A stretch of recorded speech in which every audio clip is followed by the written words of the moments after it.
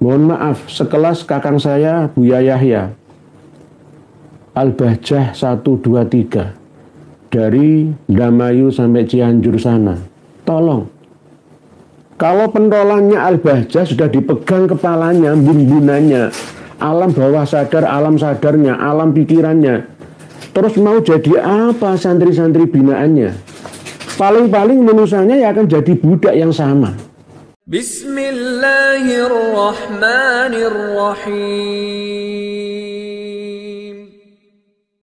Kita malam hari ini akan mengulas dengan lugas dan jelas tentang perbudakan sosial, intelektual, dan spiritual yang dilakukan oleh klan Habib Alawi. Bahkan tidak hanya klan Habib Alawi saja, tetapi semua penjajah sejak dulu kala sampai sekarang ini masanya. Kita akan menguatkan generasi kita seterusnya, jangan sampai lemah secara finansial, hubungan sosial, intelektual, dan bahkan spiritual. Kita sebagai bangsa yang merdeka harus benar-benar seutuhnya merasakan kemerdekaan ini. Jangan sampai dirampas ya oleh orang-orang yang tidak bertanggung jawab, orang-orang yang senantiasa seperti perampok yang tidak mengenal kata dan tata krama, merampas hak-hak kita bersama.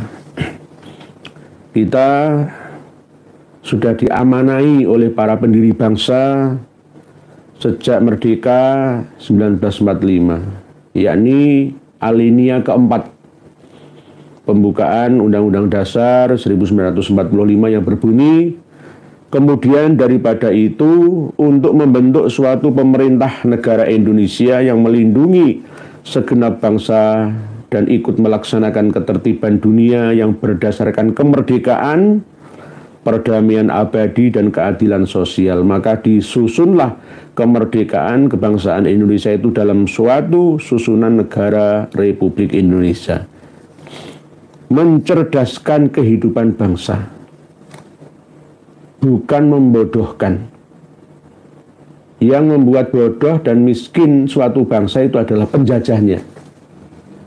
Kolonialisme yang diterapkan untuk koloni-koloninya. Belanda itu negara Eropa yang paling primitif sehingga menjajah yang begitu lama di Nusantara. Nusantara sengaja dibodohkan, dimiskinkan. Kekayaan Indonesia Nusantara dibawa ke negerinya dan sumber daya manusianya direndahkan, dijatuhkan, dibodohkan. Dan perilaku para penjajah itu masih bergentayangan sampai sekarang, yakni oknum-oknum, mungkin klan-klan organisasi yang sengaja mungkin untuk mempertahankan ya keagungan, kedudukan, dan bahkan kekuasaan secara sosialnya.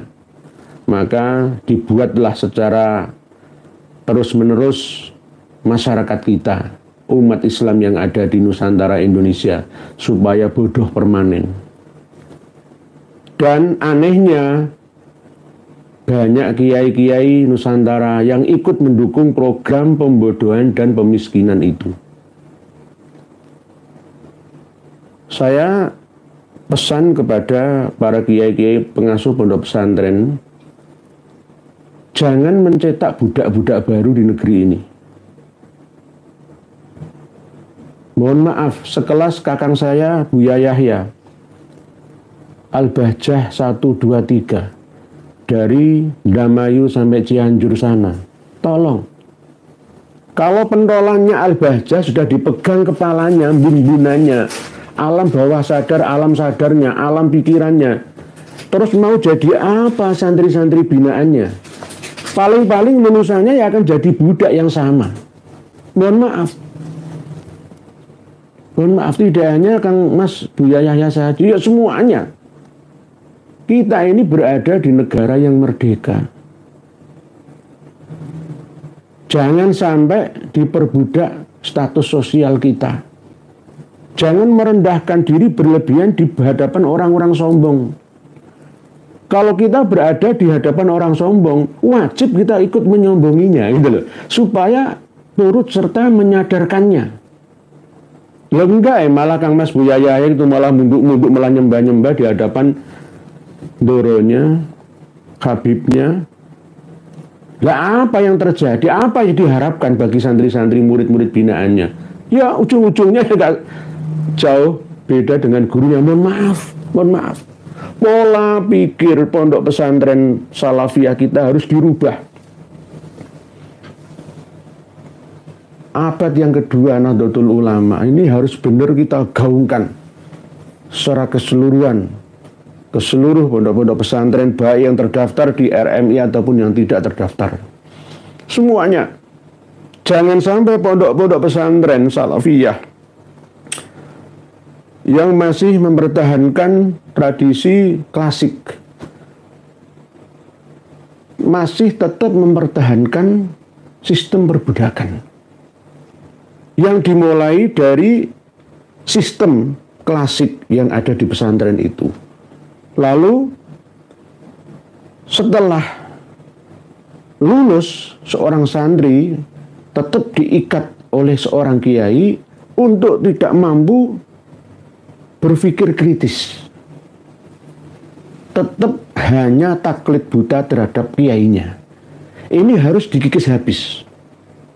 Bukan berarti ini bagian daripada ketidaksetiaan terhadap guru, tidak seperti itu. Zamannya berbeda. Nanti kalau kita masih mempertahankan sistem feodal ini, maka kita akan tetap mencetak generasi-generasi budak baru lagi yang terus-menerus akan menjadi budak di negerinya sendiri.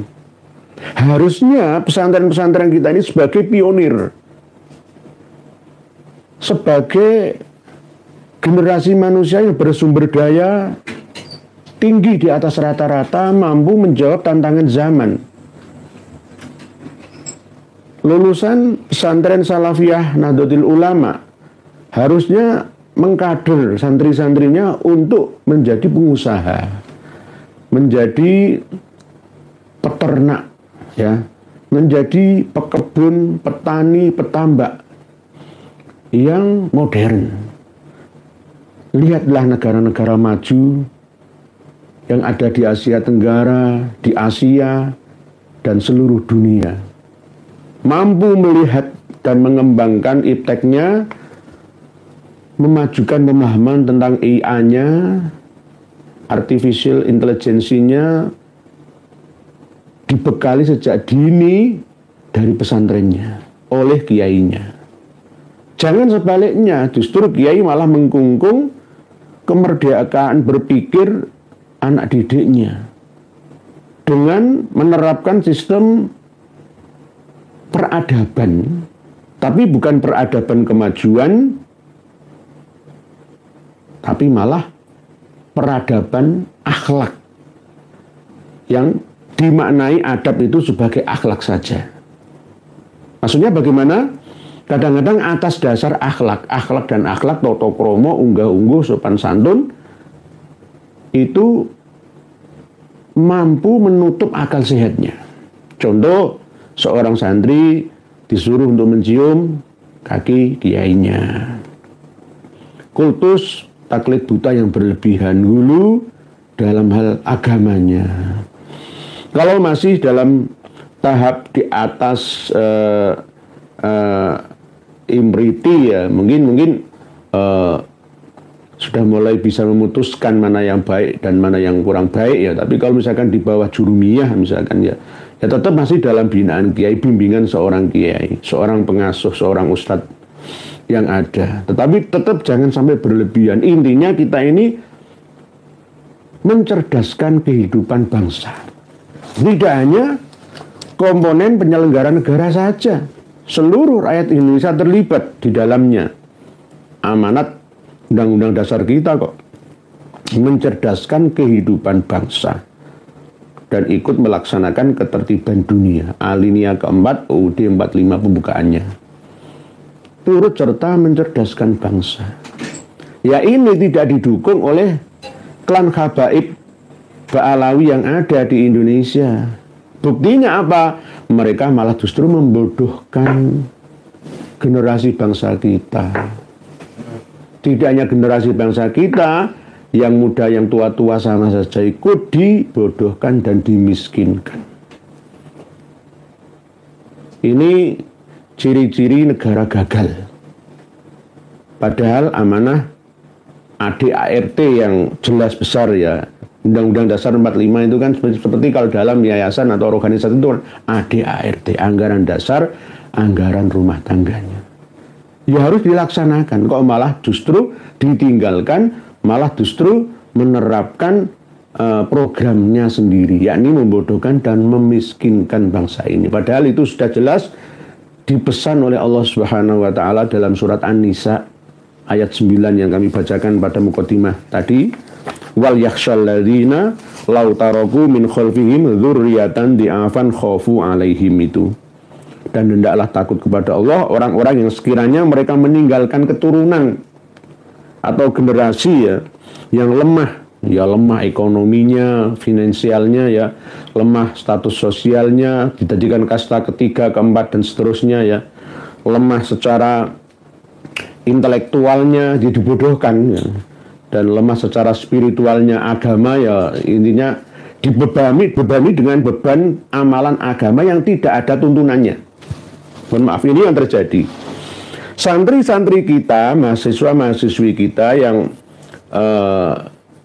pada masa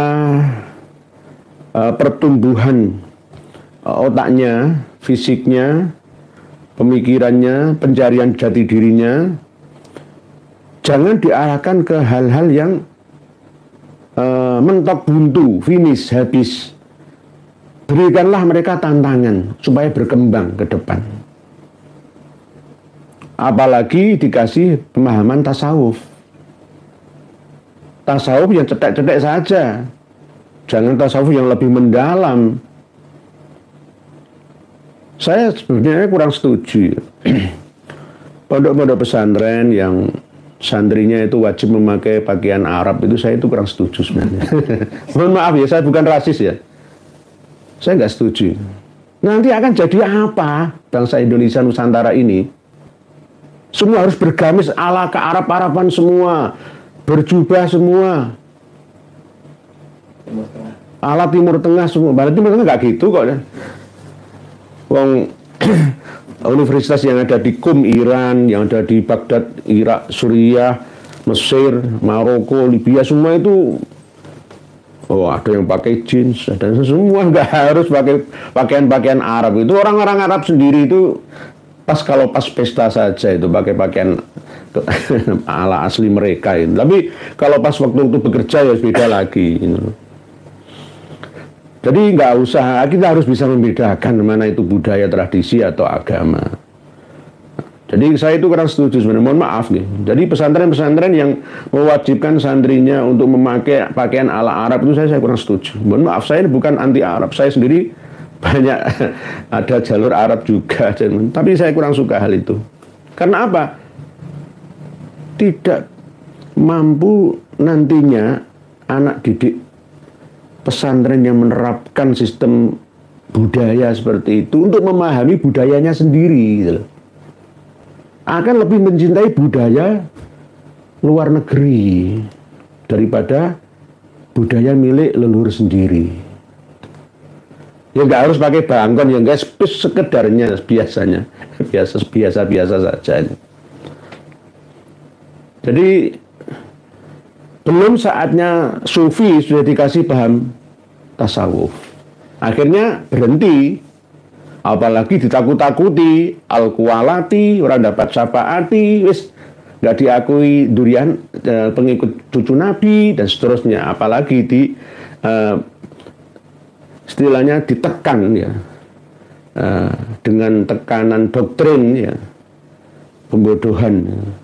Dan nantinya Ujung-ujungnya ya akan dimiskinkan. Karena apa? Ada ajaran tasawuf yang sudah saya sampaikan ya di link ya yang di bawah ini tadi. Nanti bisa dengan simak isinya. Nah, ini tidak begitu mencintai dunia, meninggalkan dan membencinya. Padahal hidup dan kuatnya agama, bekal akhirat kita itu dimulai dari dunia kita, tidak dari lainnya. Allah sendiri berfirman dalam firman-Nya, ayatnya, yaitu wabtaghi fima ataqallahu darul akhirata wala tansa nasibaka minad dunya. Jadi kita ini hidup di dunia, tidak hidup di akhirat saja. Ya hidup di dunia dan di akhirat sana. Raihlah keduanya. Jangan hanya sukses di akhirat saja, dunianya kita tinggalkannya. Nggak boleh, nggak boleh. Itu bukan perintah Allah Ta'ala. Apalagi nggak perlu bekerja. Rasulullah SAW itu jejakannya itu ya rajin bekerja. Beliau seorang penggembala dulunya waktu masih kecil, lalu di masa remajanya seorang pengusaha, sampai menjadi pengusaha yang sukses ya, walaupun ikut ya suksesnya itu ikut dengan calon istrinya ya. Tapi tetap beliau adalah seorang yang kaya raya di zamannya, apalagi kalau dihitung zaman sekarang ini. Nabi Dawud itu juga seorang pandai besi. Rata-rata seorang nabi dan rasul itu dulunya adalah penggembala. Kalau nggak kambing ya sapi. Ya pokoknya penggembala. Ya bekerja. Jangan sampai kita mendidik santri-santri kita, jamaah kita untuk malas bekerja. Karena bekerja itu adalah bagian daripada ibadah. Pengabdian, kebaktian kita menggunakan pemberian Allah Ta'ala yang berupa kesehatan, kesempurnaan fisik kita, badaniah kita. Kita gunakan akal kita yang sehat ini untuk mencari anugerah Allah Ta'ala. Jadi jangan ditiru doktrin-doktrin tasawuf yang diterapkan, misalkan sekelas Al-Hikam misalkan. Oke, nanti kalau sudah cukup usia di atas 40 tahun ya, mendekati kematangan spiritualnya, kejiwaannya. Tetapi kalau masih kecil-kecil ya jangan dikasih pemahaman tentang ilmu Al-Hikam Ibnu Athaillah As-Sakandari. Nanti semangat kerjanya lemah, rendah. Dulu saya pernah merasakannya gitu loh. Apalagi ketika hanya mempelajari agama saja, tanpa mengimbanginya dengan pemahaman sains ya, dan teknologi yang ada, maka kita akan semakin sempit dan terjepit dalam wawasannya. Yakni tidak mampu bersaing dalam persaingan global hidup di dunia. Oleh sebab itu, pondok-pondok pesantren yang ada jangan terlalu mengekang ya anak didiknya. Harus berpakaian jubah, gamis ke Arab-Araban dan pakai kopiah Arab Saudi. Arab Saudi sana itu nggak ada seperti itu, nggak ada. Kok malah di sini gue nemen. Kalau mau pakai ya oke, pas Jumatan saja. Pas Jumatan saja. Kalau pas sekolah itu ya jangan lah. Ya pakai seragam-seragam ya, pramuka, ya seragam merah putih itu malah tambah lebih bagus. Ya. Batik-batik ciri khas kita. Ya. Inilah kegagalan kita pondok-pondok pesantren yang membuat mencetak generasi-generasi budak baru yang ada. Karena apa? Kiai-kiainya sudah dipegang oleh habaib, maka santrinya otomatis ikut semua. Akan budak-budak tambahan lagi. Di sisi yang lain, habaib ini mencetak ndoro-ndoro majikan baru dari kalangan klannya sendiri. Mulai belum lahir sudah ditingkepi, lahir diselapani, kamu nak cucu Nabi nak, kamu dari Ndoro nak. Jadi kalau ada anak-anak kecil Habibah Alawi sudah ngomongin teracos kayak gitu ya, itu ingatkan saja. Itu gara-gara didikan orang tuanya. Masih kecil sudah jadi ndoro, ngatur-ngatur selain klannya, merasa paling tinggi derajatnya, kasta di atas semua, karena cucu Nabi kita. Ini salah asah, salah asuh, salah asih, salah asuh, salah asah. Bukan silih asah, silih asih, silih asuh, tapi salah asah, salah asih, salah asuh terhadap generasi dari klan Habaib Ba'alawi. Mendidik generasinya dengan didikan bak raja di negeri yang bukan negerinya. Ini namanya, bahasa kasarannya itu pendidikan kurang ajar. Tidak diajar dengan pendidikan yang normal, tapi pendidikan yang kurang ajar. Harus diajari dengan pendidikan yang benar. Kalau tidak, berbahaya, akan turut serta melanggengkan, membodohkan, dan memiskinkan suatu bangsa, khususnya bangsa Indonesia. Kita ini sudah banyak beban utang. Sing utang ya penyelenggara negara, kita turut serta menanggung bebannya. Saya khawatir seperti Sri Lanka tahun 2019 yang lalu itu jatuh sampai 2022. Raja Paksa lari dari negaranya gara-gara di demo rakyat, gara-gara utang yang menumpuk. Tapi mulai 2023 sampai 2024 ini langsung melejit. Walaupun beban pajak dinaikkan 300% ya, tapi termasuk mampu mengejar ketertinggalannya Sri Lanka itu. Padahal Sri Lanka itu memiliki sejarah panjang perang saudara ya, antara suku atau klan Sinhala dan suku Tamil ya, Hindu Buddha. Campuran Rohingya itu ada juga. Ya, ada campuran Rohingyanya juga, tapi mampu mengejarnya. Nah, marilah kita tiru dalam hal ini seperti Cina dan Sri Lanka. Di sisi yang lain, ketimpangan ekonomi di negeri kita ini karena sistemnya sistem bukan sosialis ya, yang katanya demokratis. Tapi tetap harus membenahi kurangannya. China, Presiden Xi Jinping ya, yang ngemong jadi imam bagi 1,5 miliar rakyatnya, bertanggung jawab penuh. Sehingga melejit, melesat ekonominya. Pelabuhan Sri Lanka dikuasai. Ayo, pelabuhan dibeli, tol Indonesia dibeli, ayo. Pelindo dibeli semua. Naudzubillah. Bukan subhanallah, naudzubillah. Bencana bagi kita semua. Di sisi yang lain kita dibodohkan secara spiritual. Di sisi pertamanya miskinkan secara finansial dengan pinjol-pinjol. Ya, oleh sebab itu MUI itu kerjanya apa? Fatwa MUI, PBNU, Basul Masal, bahkaslah pinjol-pinjol riba itu. Haramkan pinjol. Menko Info tutup semua aplikasi pinjol-pinjol itu. Tutup. Itu turut serta memiskinkan anak bangsa. Padahal tugas Anda, wahai penyelenggara negara itu, turut serta mensejahterakan, memajukan kesejahteraan umum, ya termasuk kesejahteraan ekonominya, pendidikannya, ya kan semuanya, sosialnya. Dan ini yang paling penting ya bagi pengasuh-pengasuh pondok pesantren, jangan terlalu menarik biaya mahal terhadap calon santri-santrinya. Ini yang penting ya. Sekedarnya secukupnya. Sistem pendidikan kita, ilmu-ilmu yang disebar di Indonesia ini masih mengadopsi ilmu penjajah Belanda. Sing pinter bodoh sing bodoh. Bukan ayo bareng-bareng bodoh pinter gitu. Orang sukses itu orang yang mampu membuat orang lain sukses. Orang cerdas itu orang yang mampu membuat orang lain cerdas bersama. Jangan gak iso secerdas kudune aku dhewe, sampai niku apa? Ini dapat kita lihat dari cerminan fakultas kedokteran yang ada di Indonesia. Itu kan paling mahal.